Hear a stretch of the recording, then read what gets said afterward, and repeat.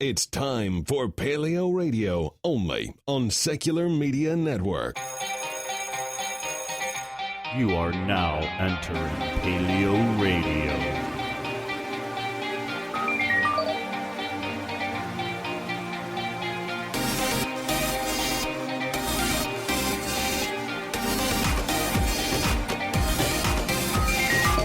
Welcome to Paleo Radio with your hosts Jeremiah Bannister and Joe Elder.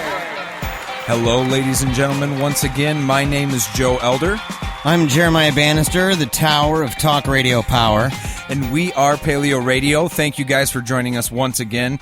We have quite a lineup today, don't we, Jeremiah? We do. We have a bunch of really great stuff. But before we even go on with that, why don't we just tell the people some great news? Yeah, we are also going to be on live AM and FM radio, aren't we? Bada boom, bada bing. We're going to be here in Grand Rapids on 95.3 FM, 1680 AM.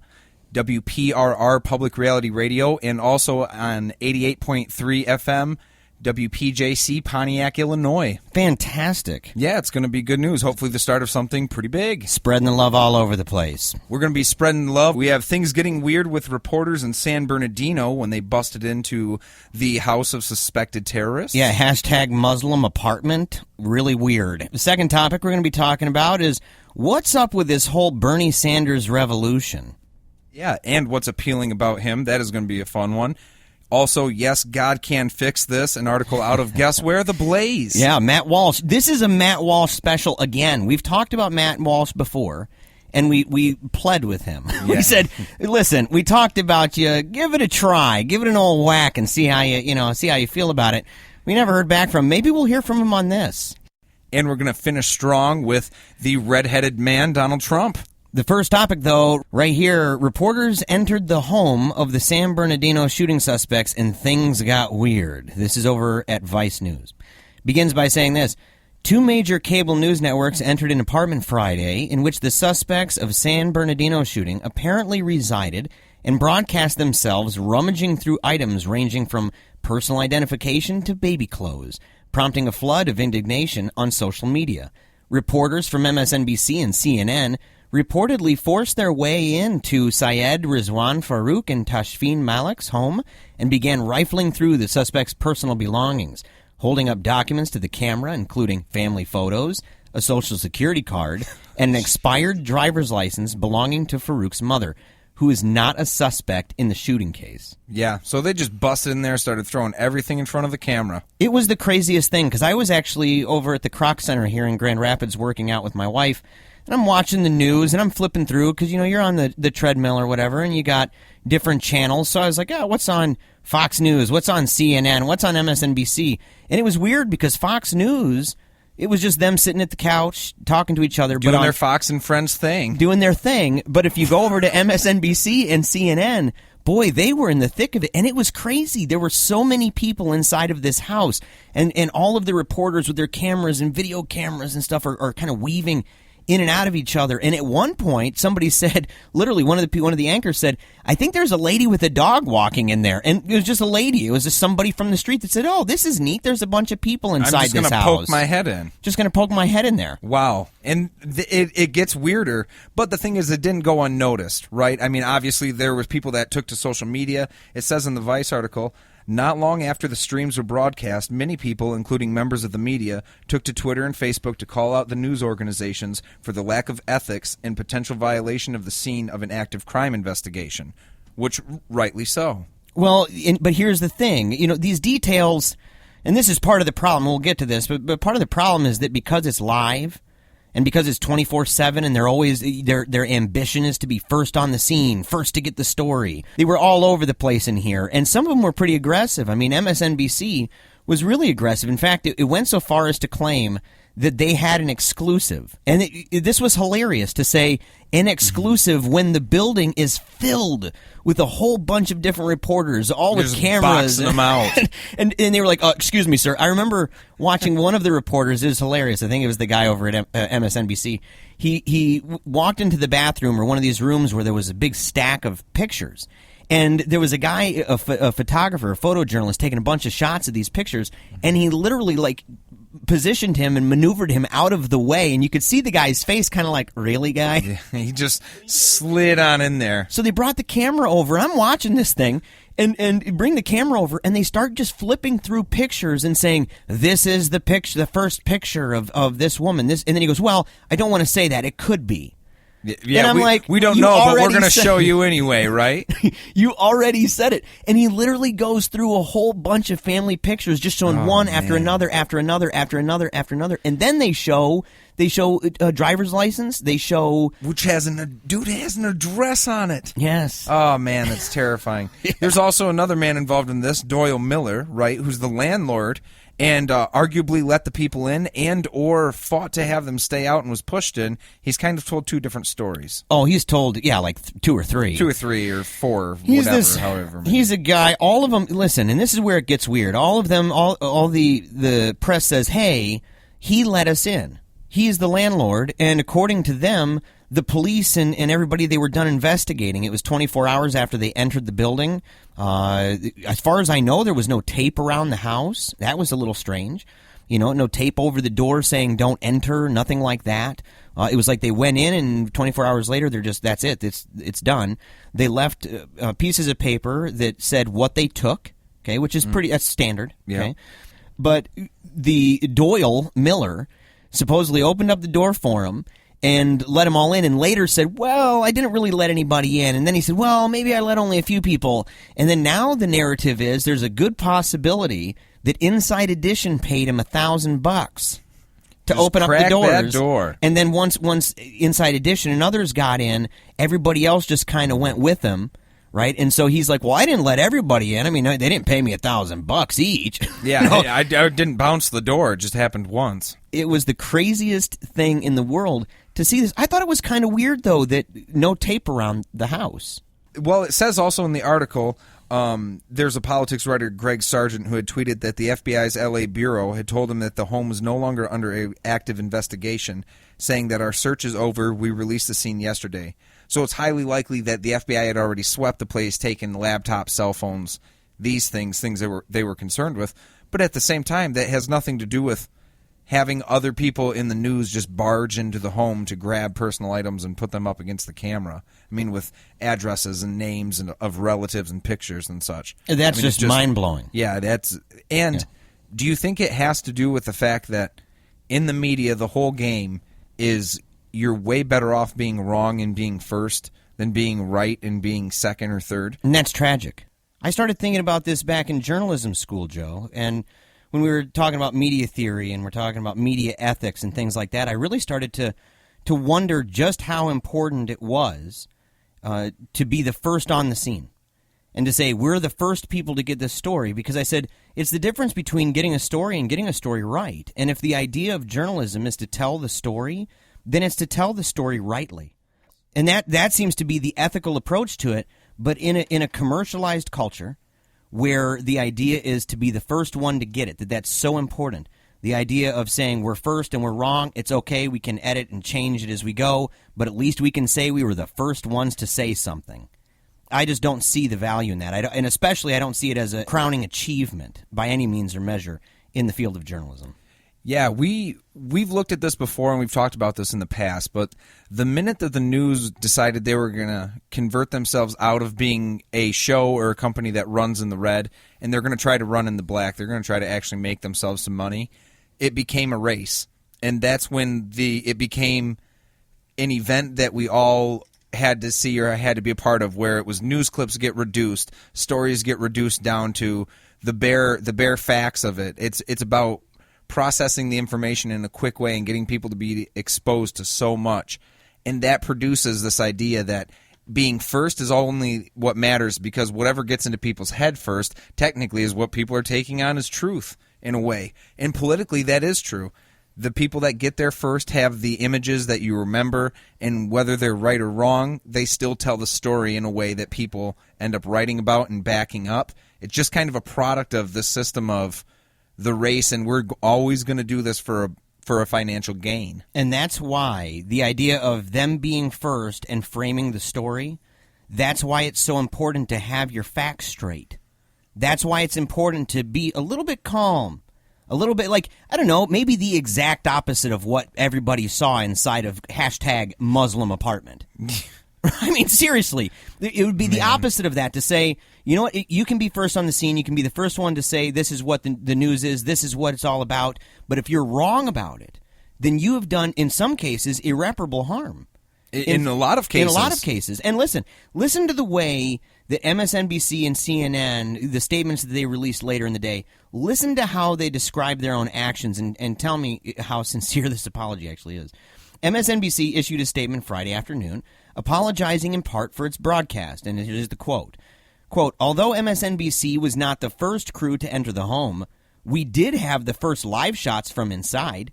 We regret that we briefly showed images of photographs and identification cards that should not have been aired without review, end quote.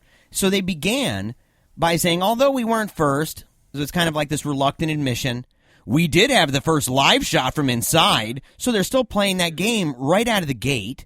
And then they say, well, we regret that we briefly showed images of photographs and identification cards. Keyword briefly, right? The whole idea is that they're playing the linguistic gamesmanship here. They're playing along. Although we regret, we did get the first shots. Words like briefly. Yeah, we did. It was real quick under the carpet, real fast.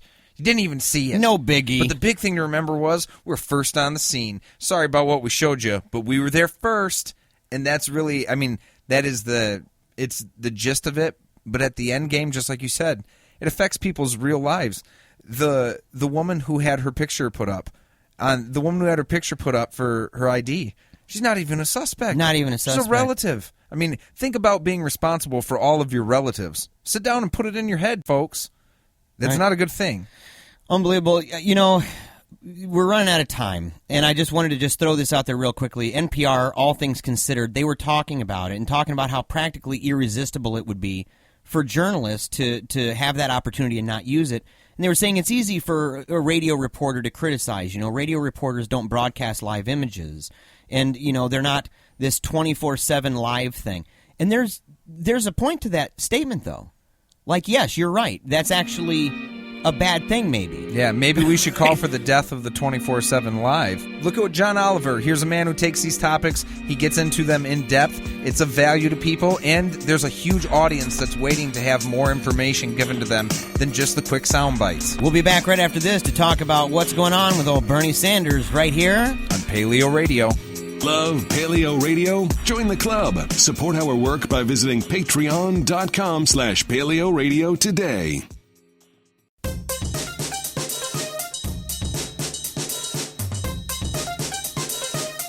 Back to Eagle and Dragon. There's a Bernie revolution going on, Jeremiah. What's so appealing about a grumpy 74-year-old? He's mad sexy, Joe. Absolutely. Andy Kroll from Yahoo News thinks so. He says, take a look at him. Senator Bernard Sanders, age 74, is not young, handsome, or polished like Bill Clinton or Barack Obama were when they ran for president.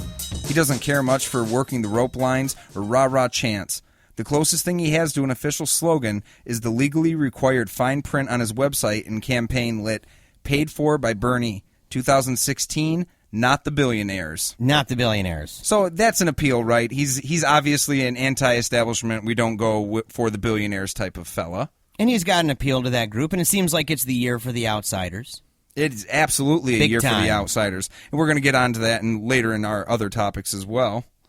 But there's college students, lots of college students that are feeling the burn. It's kind of a millennial revolution, isn't it? You know, I was just telling you, on Sunday I went to Center for Inquiry. They have an event on Sunday morning at a bookstore here in town. And when we were leaving there, I was going out to eat. And as we were driving down the road, there was a whole bunch of these people with signs. And I didn't know what it was about. I thought maybe it's a car wash or something like that. Because they look like college or high school students is what they look like. They all had Bernie Sanders posters. They all had, I mean, real big ones asking, honk if you love Bernie, honk if you feel the burn. Dude, it was ridiculous how many people were honking. It was tons and tons of people honking. And these kids, they weren't just like, oh, yeah, standing there just kind of holding their sign like you see a lot of times. They were very, very enthusiastic. They were jumping around, dancing, singing songs, twirling around with their posters. And I'm like, this is for real. This is Grand Rapids, Michigan. right? Yeah. This is Grand Rapids, Michigan. Not a bastion of liberal ideas. And people and students feeling the burn. Exactly. It says here, the college kids, they love it. At George Mason, they pump their fists and leap out of their seats and scream, "I love you, Bernie." They love him because he doesn't sugarcoat it. He doesn't coddle them. As he rattles off bad news, many students boo and others cheer. Some cheer and boo. It's almost as if they can't help but applaud a candidate who has the nerve to give it to them straight. Now, I have a few issues with that. Someone having the nerve to give it to you straight, I think it's really more the interpretation of giving it to us straight, isn't it? Right. And in this case, yeah, it feels good to say something like that and come off with the quick left hook. Yeah, well, you don't like him because he just tells you like it is. He tells it like it is for your perception of how things are. Right. Some people can say the same of Trump. And part of telling it like it is, I mean, let's just follow this article here. Quote, his stump speeches steer clear of the typical campaign pabulum. No city on a hill imagery, no spit-shined peons to the greatest country on earth. Sanders prefers to rattle off one grim fact after another about the dire state of our union. 2.2 million people incarcerated, $1 trillion in student debt, the vast gap between the top 1% and everyone else. If Obama campaigned in poetry, then Sanders employs the prose of a union-squared pamphleteer, telling anyone who will listen all the reasons why our country is going to pot. And I think it's true. It is true. He's not saying it. He doesn't have a red hat, but he is pushing a Make America Great Again speech. He is. He's kind of hearkening back to a different era. He's kind of hearkening back to a grander New Deal. Yeah. So whether you're extremely on the left and you're more of a younger millennial, or maybe you're the middle-of-the-road whiter group of our country that seems to vote for Trump, either way, you can see that there's a humongous gap generationally between people, but there's a huge swing. And, I mean, it's impressive, the difference of opinion that's going on in this campaign. They both stick to their message. Like, it's hard to get them off track. I mean, if you bring up a question about one issue, it always goes back to income inequality. Or with Trump, if you bring up an issue, it always somehow goes back to, I'm the one, nobody be talking about the wall or about immigration if it wasn't for me. And it always goes back to the core of what their message is. I agree with you. Now, a lot of people probably don't like this, but I feel it to be a fact about Bernie as well. He's an ideologue. He has an idealistic view of how things should be. So also does Trump, and both of them harken back to their ideology constantly. That's what they're doing. If people say, Bernie, it seems like you do vote for war quite often in the Middle East, and it seems like you have a record of voting in favor of those things. People in America are hungry. People in America are struggling. And it's like, you're right, Bernie, but that has nothing to do with what we were talking about. This happens. He does the same thing that Trump does in some cases. Big time. But I'll give him this. And this is something that was said in the piece here, but a lot of these people who run on the Democratic side of things, kind of people like Nader types, people who are on the left. Love me some Nader. On the left. Or Kucinich, right? Let's be more specific because we're talking Democratic Party. So you got people like Kucinich. They have kind of a very their group is not very diverse, right? The kind of people that are attracted to that. It's a couple different issues.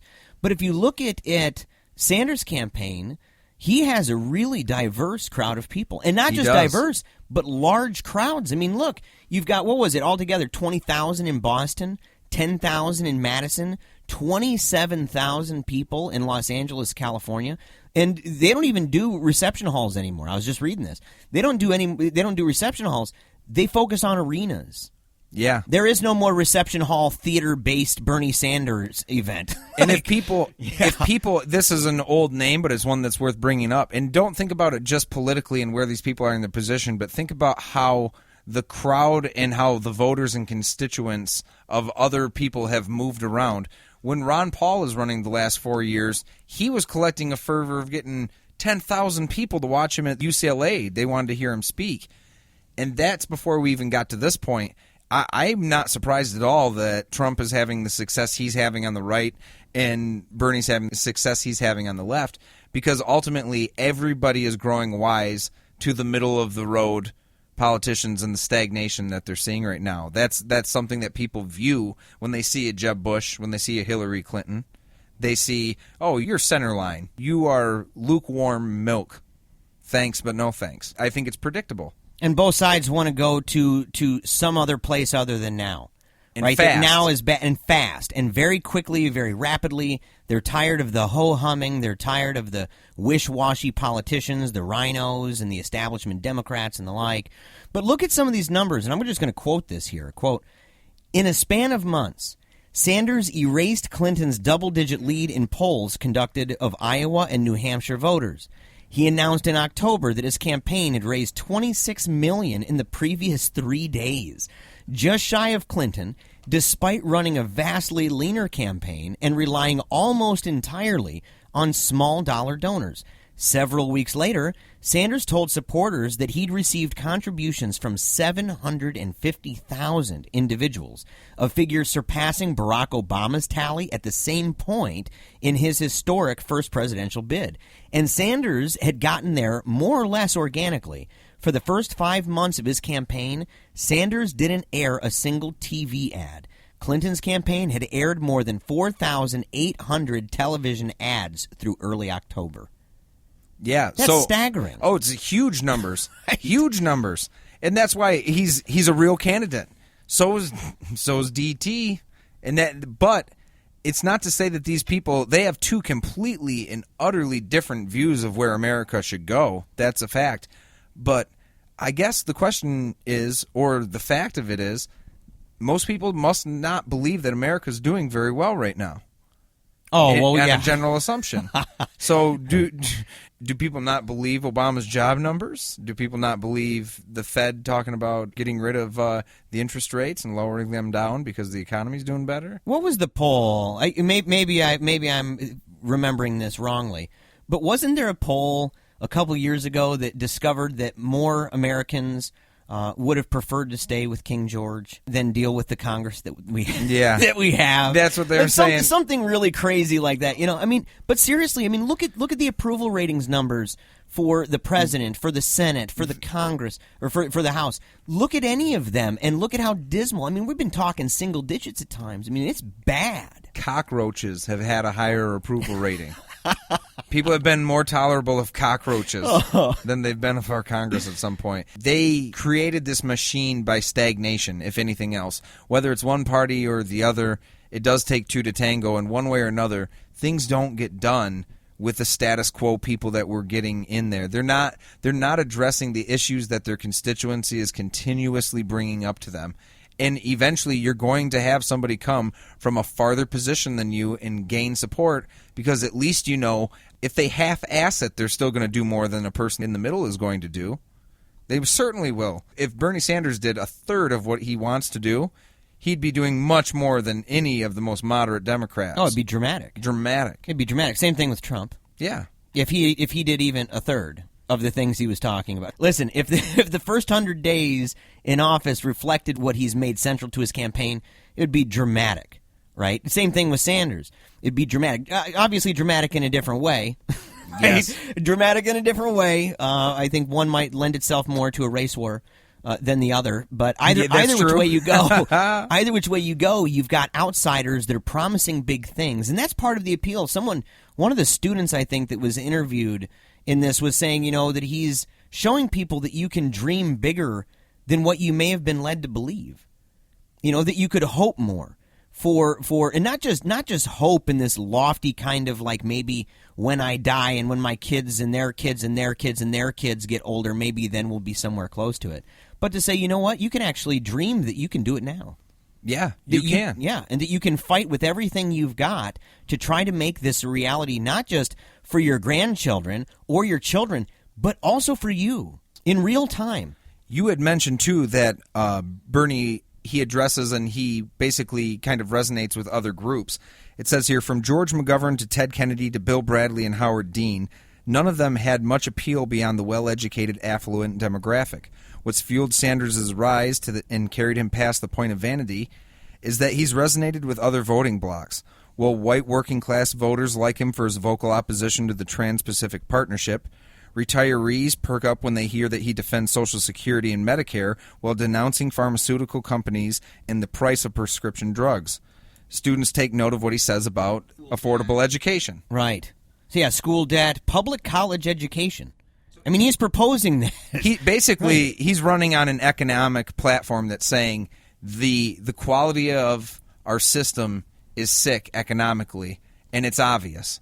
And it is. I will say this. We have more billionaires than we've ever had before. Statistically, more billionaires than we've ever had before.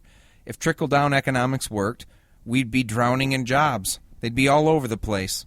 I mean, sprinkling down from high above. I think it's going to be a pretty interesting thing. Listen, I don't want to be too quick on the gun here. I would not be surprised if it was Trump on the right with the GOP. I don't know about the left. I think it's going to be a tight race between Sanders and Hillary. It will be tight. Next, yes, God can fix this from The Blaze. You're listening to Paleo Radio. If you leave, you can't come back in. Paleo Radio will return.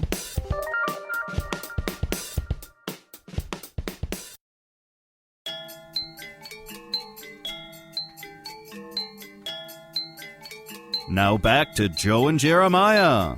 We're back, friends, with a delicious thing here from The Blaze. Yeah, our buddy Matt Walsh, our good friend. Our good chummy chum guy there, Matt Walsh. He's a blogger over at The Blaze. And he wrote this piece called, Yes, God Can Fix This. He already has. Again, no worries. Yeah, no worries. It's already done. So it was clickbaity enough that I said, I'm going to go check out what he's got to say on this. And he begins by saying, I didn't think I'd be writing about a second mass shooting this week, but here we are, again, and again, and again. Yes, I know there's no reason to believe the world is any more violent today than it was at any other point in history. Up until last year, at least, shootings had actually been on the decline. Still, it sure feels like we're talking about another one of these attacks every few days, and whether it's better or worse now than it's been before, it's a horrific problem all the same. It just keeps happening, and it never stops, and we can't expect it to, not as long as there is sin and evil in this world, and especially Islamic terrorism. So bring us to the point where prayer matters, Matt. Muslims and the PC culture are the two worst things. Now, I will say, I like to do a percentages thing, like how much do you agree with it? Now, do I think that there's a radical sect of Islam that needs to be dealt with? Yep, so I'll give him that. And I do think that there is part of the PC culture that's overbearing. But I'd say on the statement, I'd go 40-60. 40% agree, 60% disagree with the full-on statement. Well, he says this. He has some complaints. He complained about CNN. He said they were hesitant to call this a case of international terrorism. He complained about journalists speculating about the many possible motivations to this, because he just boils it down nice and neat to it's all a global conspiracy of ISIS. But here's the thing. That's kind of good journalism. Like, this is a case where CNN did not do what CNN did with #Muslim apartment. Yeah, right? That's true. Like, where you say facts come in, statements get made, right? And it didn't take long either, but it's better journalism to withhold speculation entirely, to just simply say, these are the facts that we have right now, right? And beyond this, we can't really say anything, but when more information comes in, we'll make sure to deliver these to you. And it shows you that there is a rhetoric to be had, and there's a way that people in competition in media deal with someone who withholds their decisions or withholds giving information until they get it and they know that it's factually true. They start saying things like, look at them, they're holding it, they know the info, they just won't give it to us. There's a whole line of rhetoric that gets spilled out with that. And what do you think of this? Here's another quote. While the media feigned confusion as to the motives and religious convictions of the killers, the rest of the country knew they were Muslims, without even hearing their names. 2 or more heavily armed assailants attacking a soft target with high-powered weaponry, tactical gear, and explosives. Muslims. Terrorism. Definitely. It's not entirely apples to apples, but it is apples to apples. What is Robert Deere? Man with a long rifle going into a soft target, armed, has himself possible explosives. The same thing. And people should be withholding judgment, but the San Bernardino shooting, I honestly thought was probably a disgruntled worker. The way I was listening to it at first, I truly thought it was a disgruntled employee of some sort. What about the shooters too? That with the Black Lives Matter? Absolutely. I mean, were those Muslims? No. Did they? I mean, no, they were not. No. You go in, you shoot it. You shoot what? 5 people? If I remember correctly, yeah, you got 5 people. You go in, you shoot, and you say, "Oh yeah, must be Muslims." right out of the gate. I mean, but that's not part of his equation here. But he says it's not racist to make that assumption. He insists that it's rational. And he says, I'd love to be proven wrong sometime, but that's up to the Muslim community. Stop killing people, and then I can stop noticing that you kill people. Very simple formula. Wow. And I'm just like, wow, dude. Like, listen, I went recently, not too long ago, my daughter and I spoke at the interfaith event that took place over at Trinity United Methodist here in Grand Rapids, Michigan, and there were Muslims there. Those Muslims weren't packing heat. They weren't strapped with bombs. They decried that fact. In fact, you could go and read the Grand Rapids Press where you have Muslims talking about it. You've got Katie from over at Kaufman Interfaith that she's posting stuff all the time about Muslims who are decrying this. You can flip on any channel and find it. Not every Muslim is sitting there, hiding underneath a burqa waiting to blow you up at a Christmas party. And it's not a surprising thing that rhetoric is around. It's not surprising at all. But here's the thing that is. We can see how fast people can become radicalized in the United States by shootings like this.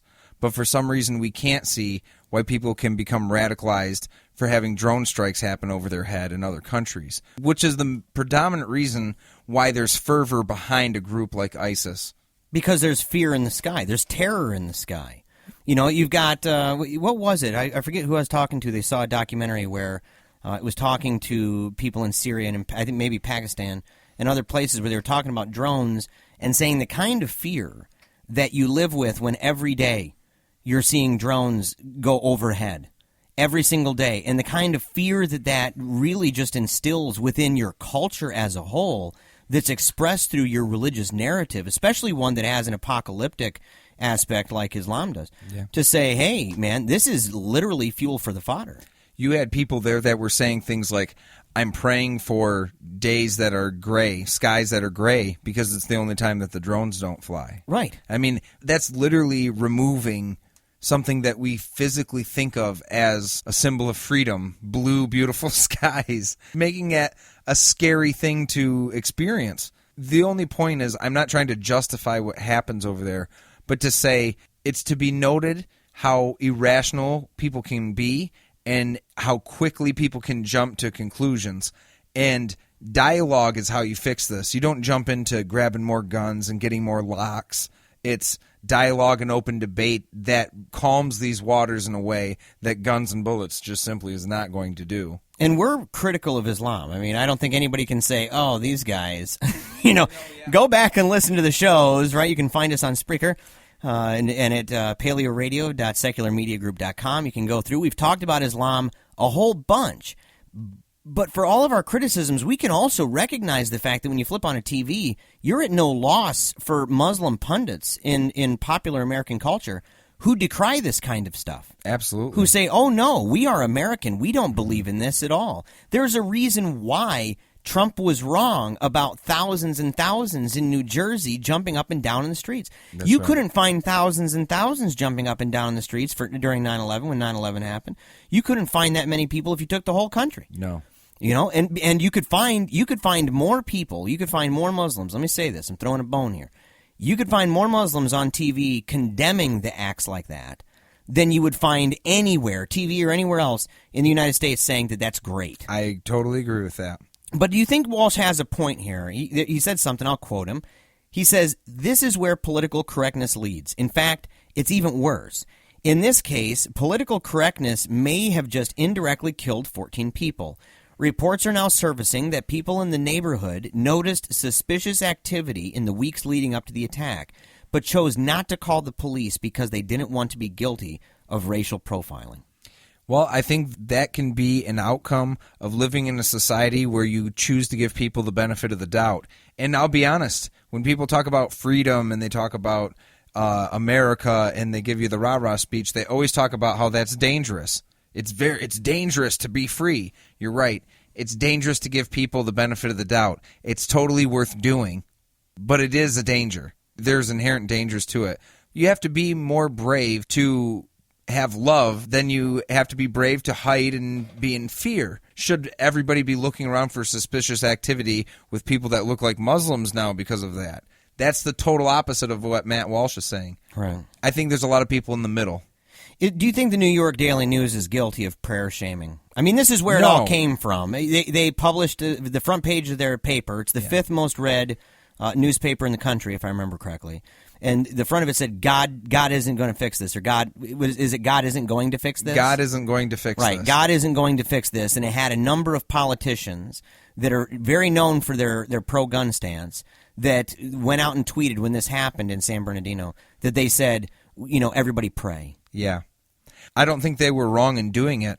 I think that it is becoming a scapegoat for people. The fact that even right now, the fact that we're going to get into a discussion about the value of prayer and how we obviously know it doesn't do jack, but that we can even have this debate is pulling us so far away from the fact of people are behind their prayers and believe them to be magical, and they think that that is going to solve these problems. And that's such a big mountain to climb just to get people to admit that they're not doing anything. Well, and here's a big fat maybe from Matt Walsh. He says, maybe if all who believed in God acted and prayed as if they did, things wouldn't be quite so bad in this country. And then he adds this, it might not be given in the way that we anticipated or a timeline that we prefer, but nonetheless, God hears and answers all prayer. Yes, I even believe mass shootings could be prevented if we prayed for God's protection every day. Well, he acts like Saeed Farouk didn't pray before he went into the facility in San Bernardino. But he did. He acts like people don't pray before they hit the switch on the vest when they do a suicide bombing. Prayer is not only to the realm of the Christians. And it appears like there's dual prayer going on. And it gets so confusing. But it is also so simple. If we want to go down the rabbit hole of prayer works, then we would be talking about how if there is two competing gods, Allah or God, either way, he's behind mass shootings because the prayers against them are not being heard in reference to the prayers that are for things like this happening. He pulls out God answers in different ways. Sometimes it's no, sometimes it's maybe, but I believe that if we just try this, he kind of goes this new thought metaphysics type thing that, if we pray enough that it's already fixed because God sent his son to die for our sins and to bring salvation to the world, and that this is true in a metaphysical sense, and so we just have to kind of pray it into existence maybe, or just think of it strongly enough that it becomes true. I don't know exactly how this works, but he says, well, in a metaphysical sense, a lofty sense, it's already done, folks. Our bread is already buttered, so why pray in the first place, I would have to ask. Again, God isn't going to fix this, ladies and gentlemen. Let's be rational about it. Let's be adults. For debates, interviews, or speeches, contact paleoradioshow@gmail.com.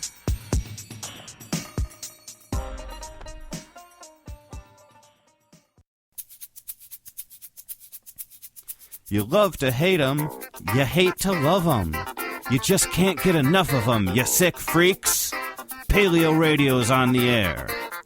Donald Trump says, ban all Muslim travel to the U.S. This is by Jeremy Diamond out of CNN.com.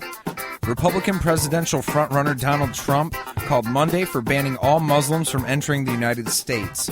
Trump, who had previously called for surveillance against mosques, had said he was open to establishing a database for all Muslims living in the U.S., made his latest controversial statement in a called news release.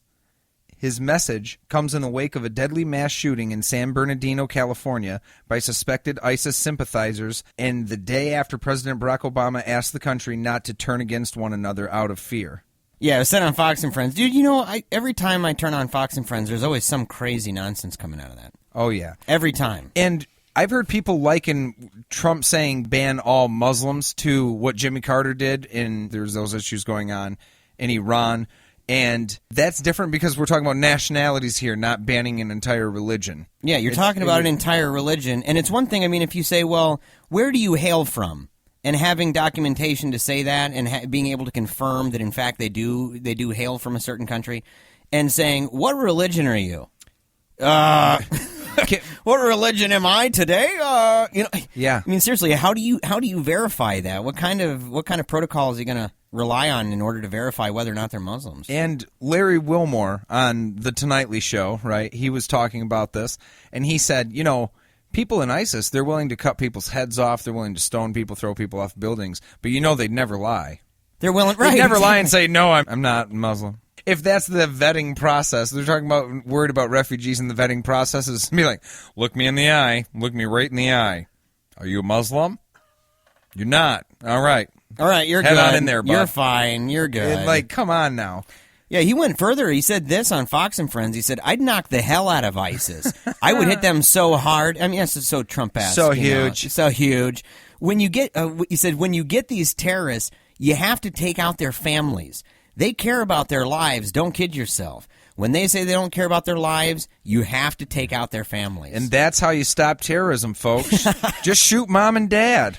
Shoot the daughter. That doesn't make people angry enough to take up arms against you for no reason. You know, we've talked about this issue before about what happens when, I don't know, a drone goes and bombs a wedding party.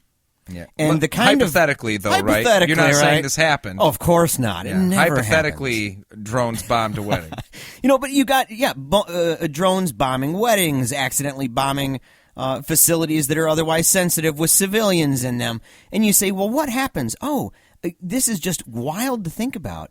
But statistically, you have an increased number of people who are sensitive to jihadism when that happens. And listen, we've talked about it before. In fact, we've got short videos that you can find on YouTube. We got to share these things, talking about blowback and ISIS. This goes back to our days in Google Hangouts. Yes, right? It does. And saying, listen, what would you do?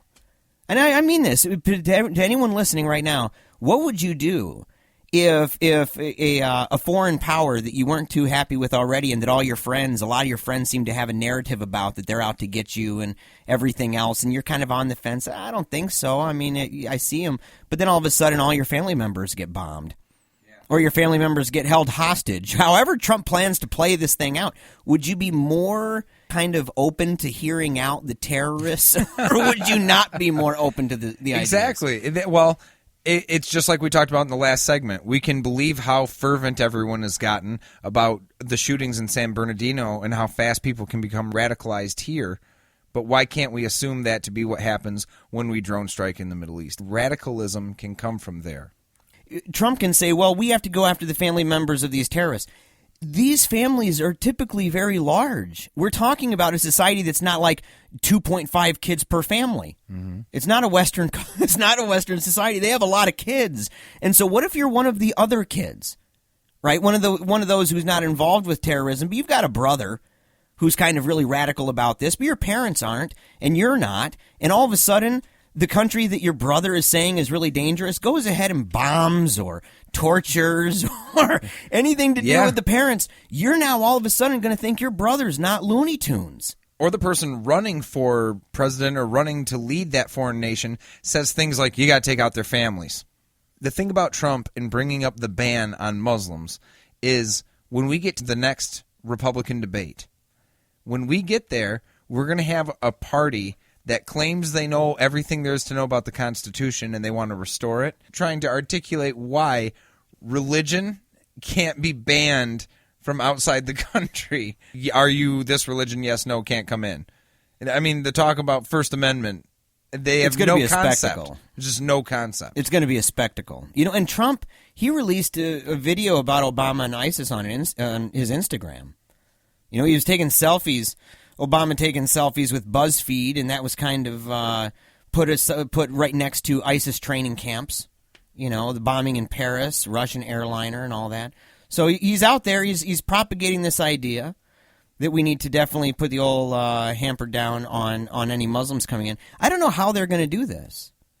I don't even know how that would play itself out. I mean, and to watch, like you were saying, to watch the debate and to say, you know, how are they going to spin that? Yeah, what are they going to say? Well, I hope one of them just looks everyone in the eye and says, we understand that this whole conversation is unconstitutional, though.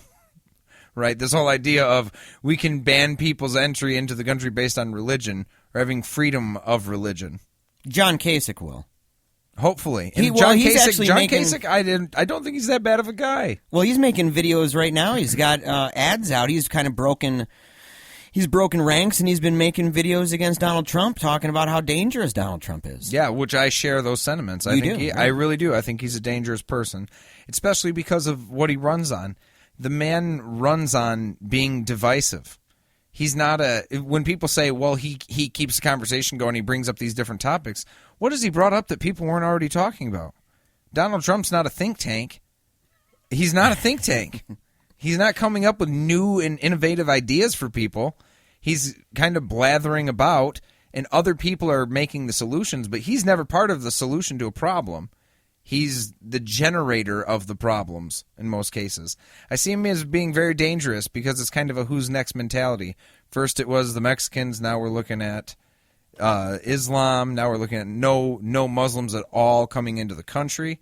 I mean, it's just this, it's nothing but finger pointing. You know, no matter what kind of twisting and turning that these candidates in the GOP do in the next debate, it's kind of not going to matter. And this is actually maybe even more frightening. There's a new Quinnipiac poll that was released on Wednesday, and it says that Trump is seen as best equipped among GOP candidates to handle terrorism, with 29% of Republican and Republican-leaning voters holding that view. And in second place is Ben Carson.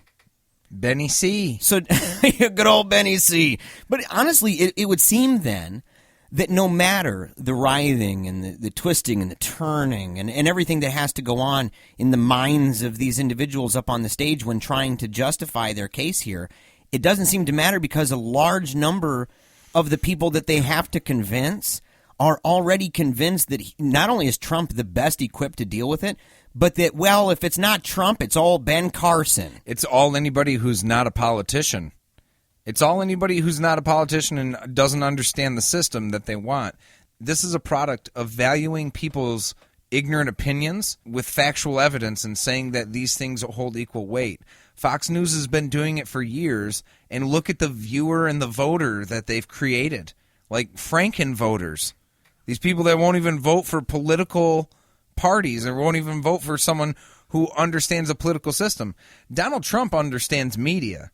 He understands media at a level that I don't think any of us really understand, the way that he can keep the interest, but that's his goal. And that's something you should be scared of, or at least I'm scared of, is someone who is narcissistic enough to be doing something like this not for the same purposes that he says. I mean, obviously the man's not doing it because he thinks he's the man for the job as much as he's doing it because he thinks it's a whole lot of power and exertion of force that he can put on people. I mean, that's his MO. What about this? This is from a piece. Donald Trump calls for total and complete shutdown of Muslims entering U.S. This is by Michael Walsh over at Yahoo Politics, and it says, talking about Trump's release, the release cites a recent poll from the Center for Security Policy, a Washington, D.C.-based national security think tank, which said that 25% of U.S. Muslims asked think that violence against Americans in the U.S. is justified as part of the global jihad.